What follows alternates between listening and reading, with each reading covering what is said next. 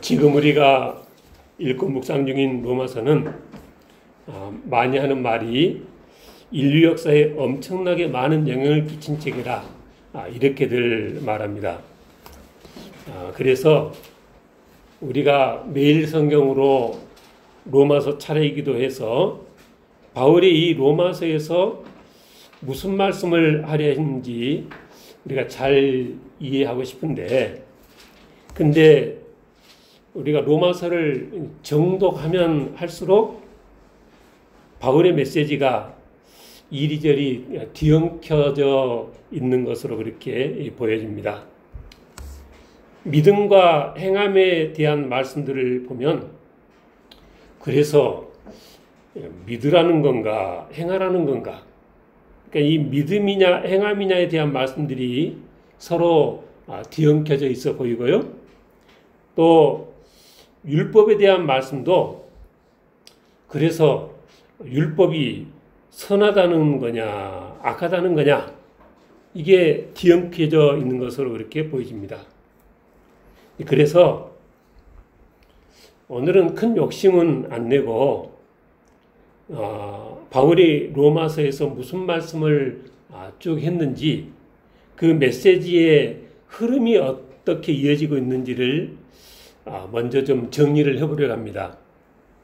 왜냐하면 그러다 보면 바울이 로마서에서 하고자 했던 말씀이 무엇인지 우리에게 더 쉽게 다가오지 않을까 하는 그런 기대에서입니다. 지난 주간 로마서를 정독들 해보셨습니까? 읽어보니까 로마서가 뭐에 대해서 말하고 있습니까? 로마서 주제가 뭡니까? 제가 답을 하자면, 지난 주 설교에서 말씀드린 것처럼 로마서의 주제는 한마디로 의입니다. 의와 불의, 상급과 심판. 1장 17절에 복음에는 하나님의 의가 나타나서 믿음으로 믿음에 이르게 하나니 기록된 바 오직 의인은 믿음으로 말미암아 살리라 함과 같으니라. 18절 하나님의 진노가 불의로 진리를 막는 사람들의 모든 경건하지 않음과 불의에 대하여 하늘로부터 나타난다. 하나님의 의를 우리가 구해야 한다는 것입니다. 그리고 2장에 보니까 하나님께서 각 사람의 그 행한 대로 보응하시는데, 참고 선을 행하는 자에게는 영생으로, 진리를 따르지 아니하고 불의를 따르는 자에게는 진노와 분노로 하신다. 악을 행하는 각 사람에게 환난과 공고가 있겠고 선을 행하는 각 사람에게 영광과 존귀와 평강이 있을 것이라 그랬습니다. 그런데 이에 이어지는 메시지는 불행하게도 이 영생과 영광과 존귀와 평강을 얻을 의인이 하나도 없다라는 것입니다. 로마서 3장 4절 사람은 다 거짓되다 그랬고요. 3장 9절 이하에 보니까 유대인이나 헬라인이나 다 죄 아래 있다. 의인은 없나니 하나도 없고 깨닫는 자도 없고 하나님을 찾는 자도 없고 선을 행하는 자는 없나니 하나도 없다 그랬습니다. 5장 12절에서는 모든 사람이 죄를 지었으므로 사망이 모든 사람에게 이르렀다 그랬습니다. 이게 로마서의 메시지입니다. 문제는 이렇게 죄인된 사람들이 어떻게 하나님 앞에 의롭다함을 받을 수 있느냐, 이게 문제인데 바울이 두 가지로 말을 합니다. 먼저는 어느 누구도 율법의 행위로는 의롭다함을 받을 수 없다라는 것입니다.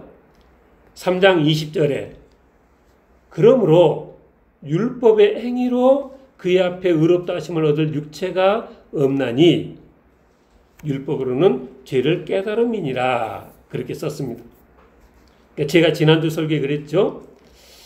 모든 사람들이 하나님을 찾을 능력이 없어서 하나님을 못 찾는 게 아니고 얼마든지 하나님을 찾을 수 있는데 또 그리고 그래야 하는데 이 사람들이 고집을 부려가며 하나님을 찾지 않는다. 그 결과적으로 율법의 행위로 의롭다함을 받을 인간이 이 세상에 하나도 없다라는 것입니다.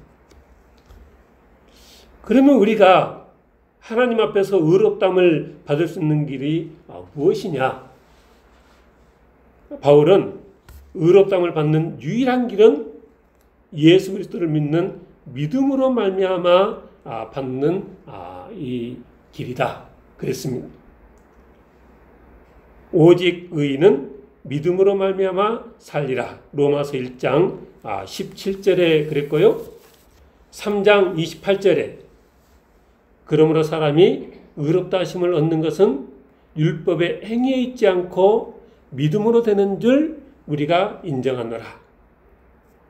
그러니까 의롭다함을 받을 수 있는 유일한 길은 예수를 그리스도로 믿는 믿음뿐이다 라는 것입니다.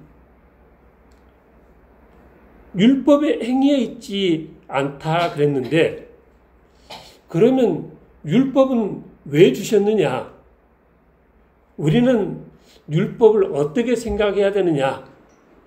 이에 대해서 바울이 로마서 7장 7절 율법이 죄냐? 그럴 수 없느니라. 10절에 생명에 이르게 할 그 계명이라 그랬고 12절에는 율법은 거룩하고 계명도 거룩하고 의로우며 선하도다.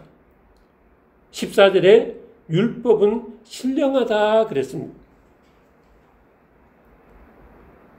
그러니까 그 3장 21절에 이제는 율법에 하나님의 한의가 나타났다는 그 말씀을 가만히 생각해 보면 율법 외에 하나님의 한의가 나타났다는 말은 율법 외에 하나님의 한의가 나타나기 전까지는 어쨌다는 말이에요? 그 전까지는 율법이 의에 도달하는 길이었다라는 거죠. 율법이 의롭다 하심을 얻는 길이었다는 것입니다. 신명기 30장의 말씀도 율법을 지키는 것이 어려운 것도 아니고 먼 것도 아니다. 그런 취지의 말씀이고 로마서 2장에 하나님께서 각 사람이 행한 대로 보응하신다는 것을 봐도 그렇고 2장 13절에 율법을 듣는 자가 의인이 아니고 율법을 행하는 자라야 의롭다함을 얻는다는 말씀을 봐도 율법을 행할 수 없는 것이 아니라는 거죠. 원래는 율법이 하나님 앞에서 의롭다함을 받을 수 있는 길이었는데 그런데 이 인간들이 고집을 부려가며 하나님을 찾지 않으니까 하나님이 다음 이 방법으로 이제는 율법 외에 하나님의 한 의를 나타내신 것이다. 지금 바울이 하고자 하는 말이 그 말인 것입니다. 어느 시점까지는 이 율법 외에 하나님의 한 의가 나타나지 않았던 것인데 하나님이 정하신 때가 참에 독생자 예수께서 십자가 대속의 죽음을 죽으셔서 모든 죄값을 치르심으로 예수 그리스도를 믿음으로 하나님의 은혜로 값없이 의롭다 하심을 얻게 하는 새로운 의의 길이 열려졌다. 그러니까 이제부터는 이 믿음으로 의롭게 되는 새로운 길을 제쳐두고 이전처럼 구약 율법을 붙드는 것은 하나님의 이 한량없는 크신 은혜와 사랑을 헛되이 하는 것이 되는 것이다.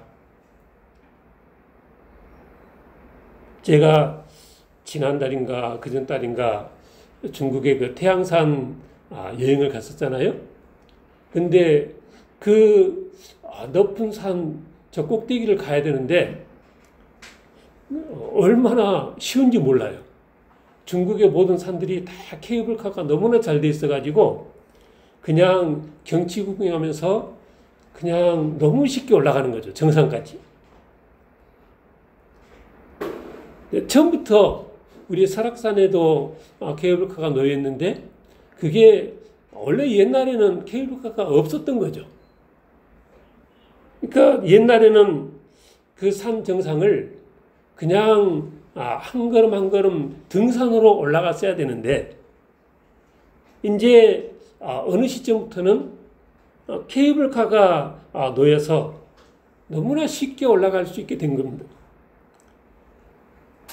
바울은 그리스도의 십자가 복음이 마치 새로 생긴 케이블카처럼 산 정상에 오르는 사람들에게 희소식이다 이런 생각에 근데 그걸 강조하다 보니까 율법의 행위로 하나님 앞에 의롭다함을 얻을 육체가 없다는 말까지 하기 이르렀다는 것입니다.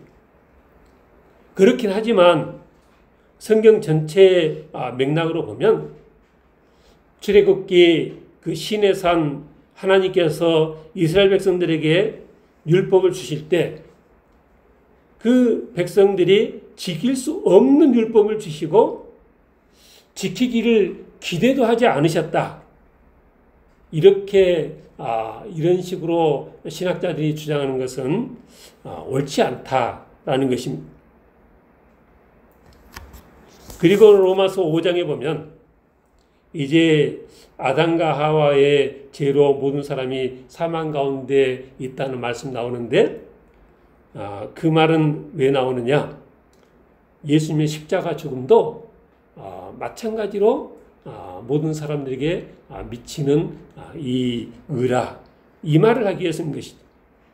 아담과 하와의 죄로 사망이 모든 사람에게 미친 것처럼 예수님의 십자가 대속의 죽음으로 생명이 모든 사람들에게 미치게 된 것이다. 그래서 예수님께서 내 죄를 대신해 십자가 대속의 죽음을 죽으셨다고 믿는 자마다 믿는 그 순간 그때까지 나를 지배하던 율법이라는 남편이 죽어서 내가 율법에서 해방될 수 있는 것이다. 이게 이제 로마서 7장의 말씀이고요. 그리고 나서 8장 1절에 그러므로 예수 믿는 자에게는 그리스도 예수 아닌 자에게는 결코 정죄함이 없다.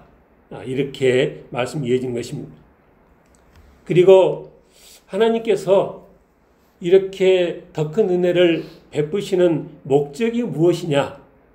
이 말씀을 이제 6장, 7장, 8장 계속 바울이 거듭거듭 말하고 있습니다. 6장 6절에 우리가 알거니와 우리의 옛사람이 예수와 함께 십자가에 못 박힌 것은 죄의 몸이 죽어 다시는 우리가 죄에게 종노릇 하지 아니하려 함이니. 지난주에도 제가 말씀드렸죠. 우리가 예수를 믿는다는 것은 주님의 말씀에 순종한다는 것이고 그것은 말 그대로 주인에게 순종하는 종처럼 우리가 예수님의 말씀에 종의 자세로 순종하는 것이 믿음이다. 그래서 하나님께서 십자가 대속의 죽음을 통해서 모든 사람들의 죄를 사해 주신 것은 6장 6절 죄의 몸이 죽어 다시는 우리가 죄에게 종노릇 하지 아니하게 하기 위해서 그러하신 것이다. 7장 4절 이는 다른이 곧 죽은 자 가운데서 살아나신 이에게 가서 우리가 하나님을 위하여 열매를 맺게 하려 함이라 그랬습니다. 8장 12절 이하에서는 형제들아 우리가 빚진 자로 돼 육신에게 져서 육신대로 살 것이 아니니라. 너희가 육신대로 살면 반드시 죽을 것이로되 영으로서 몸의 행실을 죽이면 살리니 무릇 하나님의 영으로 인도함을 받는 사람은 곧 하나님의 아들이라. 이게 8장까지 바울이 이 새로운 이제 새롭게 하나님께서 우리에게 주시는 하나님의 믿음으로 얻는 의에 대한 이 복음의 그 내용이라 그렇게 할 수 있겠습니다. 그리고 오늘 본문에 속해 있는 이 9장, 10장, 11장은 유대인들의 구원 문제를 다룹니다. 그런데 바울에 의하면 유대인들의 문제가 뭐냐? 유대인들은 하나님께 열심이 없었던 것은 아닌데 올바른 지식을 따른 것이 아닌 게 문제였다라는 것입니다. 9장 30절 그런즉 우리가 무슨 말하리요?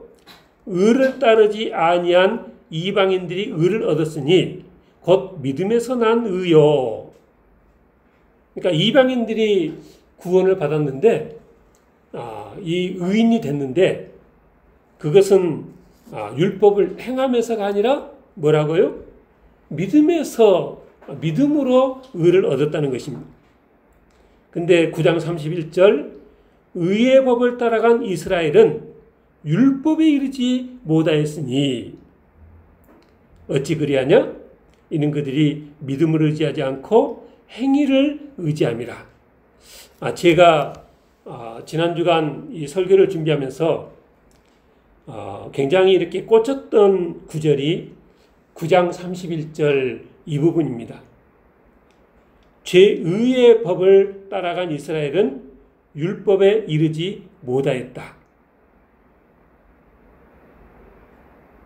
우리가 보통 율법은 곧 행위하고 이렇게 같은 의미로 생각해지고 이 부정적인 생각이 드는데 여기 보니까 이스라엘 백성들은 믿음을 의지하지 않고 행위를 의지해서 그래서 율법에 이르지 못했다라는 거죠. 그러니까 무슨 얘기예요? 율법에 이르는 것이 우리 신앙생활의 목표다. 율법에 이른다는 것은 다른 말로 의에 이른다는 것이다. 율법은 곧 선한 것이고 의죠. 근데 이거를 율법에 이르는 방법이 두 가지인데 그게 하나가 행위에 의해서 율법에 이르는 것이고 또 하나는 믿음에 의해서 율법에 이르는 것이라는 거죠. 오늘 본문 10장 1절 형제들아 내 마음에 원한 바와 하나님께 구하는 바는 이스라엘 비함이니 곧 그들로 구원을 받게 함이라. 내가 증언하노니 그들이 하나님께 열심히 있으나 올바른 지식을 따른 것이 아니니라. 하나님의 의를 모르고 자기 의를 세우려고 힘써 하나님의 의에 복종하지 아니하였느니라. 여기 하나님의 의는 뭐예요? 이제 때가 되매 그리스도를 십자가에 대속의 죽음을 주가하셔서 예수를 그리스도라 믿는 모든 자에게 그냥 죄를 없는 것으로 간과하시는 그래서 믿음으로 얻게 하는 의를 말하는 것입니다. 이걸 모르고 자기 의를 세우려고 내가 율법을 행함으로 율법에 이르려고 하다 보니까 이 사도들이 열심히 전했던 하나님의 의에 복종하지 않게 됐고 그것이 문제라는 거죠. 그런데 4절 오늘 말씀의 제목이기도 한데 그리스도는 모든 믿는 자에게 의를 이루게 하여 율법의 마침이 되셨다. 그러니까 이스라엘 백성들이 하나님에 대한 열심조차 없었다는 것이 아니고 그 의를 세우려고 애썼긴 애썼지만은 그게 올바른 지식이 아니었던 것이 문제였다라는 거죠. 그러니까 구약 시대에도 이스라엘 백성들이 갖고 있던 율법, 제사제도, 제사장 이런 것들이 올바른 지식이 아니었던 것이 아니라는 거죠.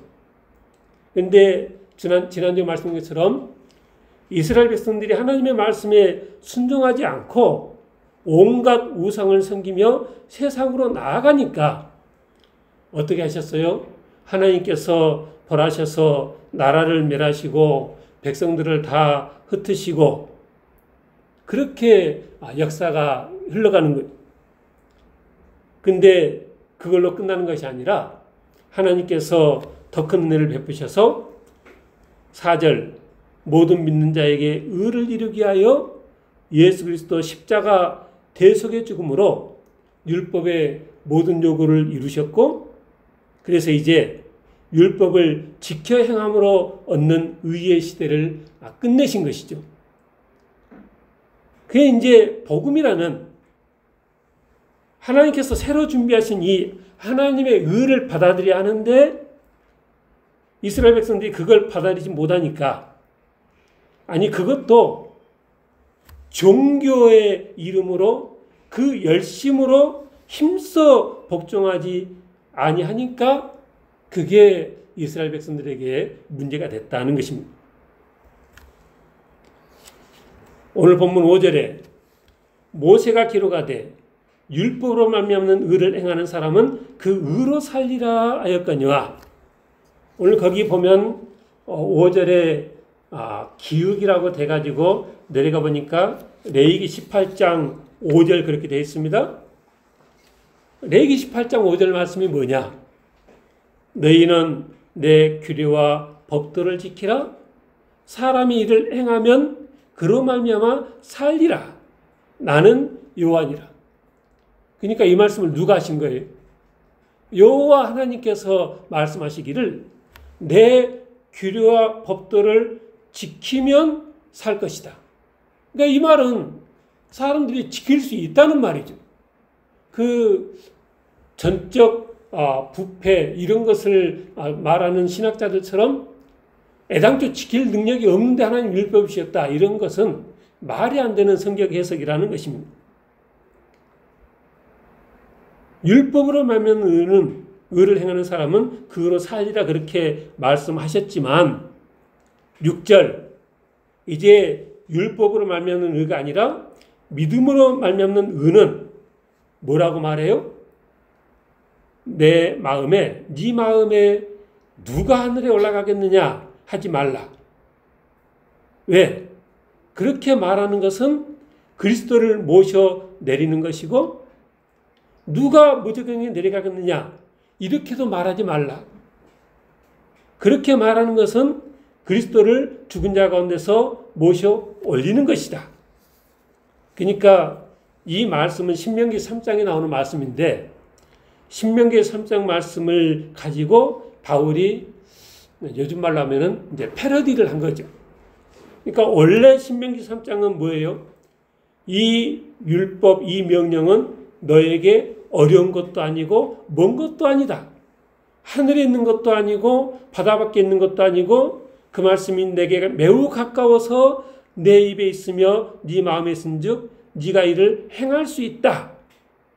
이런 말씀이었는데 바울이 이 말씀을 패러디해서 하는 말이 뭐예요? 네 마음에 누가 하늘에 올라가겠느냐? 이렇게도 말하지 말라. 왜요? 그렇게 말하는 것은 하늘에 올라갈 수 있는 사람이 없다는 말이고 그러면 예수님의 부활 승천을 부인하는 것이 되는 것이고 누가 무저갱에 내려가겠느냐? 이렇게도 말하지 말라. 무저갱에 내려갈 사람이 없다고 하면 그리스도의 대속의 죽음을 부인하는 것이 되는 것이다. 하나님의 아들 예수 그리스도께서 인류의 죄를 대속하기 위해서 인간의 몸으로 이 땅에 오셔서 십자가 대속의 죽음을 죽으시고 또 우리의 의를 위해서 사흘 만에 부활 승천하셨는데 유대인 이스라엘 백성들은 이거를 받아들이지 않고 인정하지 않았다. 그게 문제라는 것입니다. 10장 8절 그러면 무엇을 말하느냐? 말씀이 내게 가까워 내 입에 있으며 네 마음에 있다 했으니 곧 우리가 전파하는 믿음의 말씀이라. 그 패러디가 계속 이어지는 거죠. 율법만 그렇게 우리가 능히 행할 수 있는 것이 아니라 이 복음도 내게 가까워 내 입에 있으며 네 마음에 있다 했으니 곧 우리가 전파하는 믿음의 말씀이라. 네가 만일 네 입으로 예수를 주로 시인하며 또 하나님께서 그를 죽은 자 가운데 살리신 것을 네 마음에 믿으면 구원을 받으리라. 사람이 마음으로 믿어 의에 이르고 입으로 시인하여 구원에 이른다. 바울이 그렇게 지금 이 구약 율법에 빗대서 이 믿음으로 말미암는 의를 설명하고 있는 것입니다. 10장 11절 성경에 이르되 누구든지 그를 믿는 자는 부끄러움을 당하지 아니하리라 하니 유대인이나 헬라인이나 차별이 없습니다. 한 분이신 주께서 모든 사람의 주가 되사 그를 부르는 모든 사람에게 부여하시도다. 누구든지 주의 이름을 부르는 자는 구원을 받으리라. 이 바울의 이 말씀을 가만히 읽어보면 누구든지 모든 사람에게 이 구원이 열려있다. 제한적인 속죄와 하나님의 무조건적인 선택과 그런 게 아니라는 거예요. 바울의 이 말을 가만히 잘 이렇게 읽어보면 바울의 신학적인 입장은 절대 칼빈주의에서 말하는 무조건적인 선택, 전적 타락 이것하고는 거리가 많이 먼 거죠. 그렇지 않아도 자신의 편지 글들이 전혀 다른 의미로 이해되어 온 것에 대해서 아마 바울이 답답해하고 있을 텐데 나중에 저충국에서 만나게 되면 사도 바울도 내가 로마서를 쓸 때 그런 의미에서 그렇게 쓴 게 아니다. 아마 그렇게 이 설명을 하지 않을까 생각합니다. 이 바울이 말하고자 하는 바가 무엇입니까? 상식적으로 생각을 해봐도 주의 이름을 부르려면 예수를 믿으려면 누군가 이 복음을 전해줘야 믿는 것 아니겠냐. 그리고 그렇다면 이스라엘 백성들에게는 복음을 전해주지 않아서 이 새로운 의의 길, 하나님의 의를 몰라서 그랬던 것이냐. 그게 아니다. 14절부터 하는 말입니다. 그런즉 그들이 믿지 않은 일을 어찌 부르리요, 듣지도 못한 일을 어찌 믿으리요, 전파하는 이가 없이 어찌 들으리요, 보내심을 받지 않았으면 어찌 전파하리요. 기록된 바 아름답도다. 좋은 소식을 전하는 자들의 발이여 한가 같으니라. 어쨌다는 거예요? 유대인들도 보내심을 받은 자들이 그들에게 가서 복음을 전파했고 그들도 복음을 들었다는 거죠. 근데 이방인들은 그 복음을 듣고 믿어서 주를 부르고 구원을 받았는데 근데 16절 그러나 그들은 유대인들은 다 복음을 순종하지 않았다는 것. 이사야가 이르되 주여 우리가 전한 것을 누가 믿었나이까? 이스라엘 백성들이 믿지 않았다는 것입니다. 18절에 보니까 그들이 듣지 아니하였느냐? 그렇지 아니하니 그 소리가 온 땅에 퍼졌고 그 말씀이 땅끝까지 이르렀다. 19절에도 이스라엘이 알지 못하였느냐? 아니라는 거죠. 21절 이스라엘을 뭐라고 썼어요? 순종하지 아니하고 거슬러 말하는 백성이라. 하나님께서 말씀하시길 이스라엘 백성은 순종하지 아니하고 거슬러 말하는 백성인데 그런 그들에게 내가 종일 내 손을 벌렸다. 내게 오라고 하나님께서 그렇게 부르셨다라는 것입니다. 조상 이스라엘 백성들은 구약 역사 내내 하나님께서 손을 벌려 돌아오라고 하였지만 말을 듣지 아니했고, 이스라엘 백성들도 주님의 공생의 기간 내내 그리고 초대교회 내내 그 많은 말씀으로 가르치시고 수없이 많은 이적과 기사를 보여줬음에도 불구하고 힘써 하나님에 의해 복종하지 아니하고 순종하지 아니했다라는 것입니다. 말씀을 정리하겠습니다. 우리가 성도로서 신앙생활을 하는 데서 중요한 것이 있는데 그게 뭐냐? 하나님 앞에 그리고 사람 앞에 의인이 되어야 되겠다라는 생각을 가져야 한다는 것입니다. 말씀을 오해해서 우리는 영적으로 죽어서 전적으로 무능해서 내 힘으로 의인이 될 수 없다. 얼른 들으면 겸손한 말 같이 들리지만 이것은 성경을 곡해한 것입니다. 하나님께서 아무런 조건 없이 무조건적으로 누구는 택하시고 누구는 버리셨다. 이것도 잘못된 이 해석입니다. 하나님이 그런 하나님이 아니십니다. 원래는 율법이 선한 것이고 원래는 지켜 행하면 그로 말미암아 살 수 있는 것이 율법이었는데 사람들이 하나같이 곁길로 딴 길로 나가서 그렇게 이 죄를 지으니까 하나님께서 더 큰 은혜를 베푸시기로 하셨고 그래서 로마서 5장 20절 죄가 더한 것에 은혜가 더욱 넘쳤나니 성자 예수님의 십자가 대속의 죽음으로 죄값을 치러주신 것입니다. 그래서 우리가 하나님의 은혜로 주님께서 십자가에서 대속제물로 돌아가셔서 그 피공로로 죄사함을 받고 구원을 받은 것이라 라는 것입니다. 하나님의 더 큰 은혜로 믿음으로 의롭다함을 받아 우리가 하나님의 자녀가 됐다는 사실을 기억하고 바울의 권면처럼 영으로 몸의 행실을 죽이고 하나님을 위해서 열매를 맺는 말씀에 순종하는 하나님의 종의 삶을 사는 우리 모두가 되시길 주님 축원합니다. 기도하겠습니다.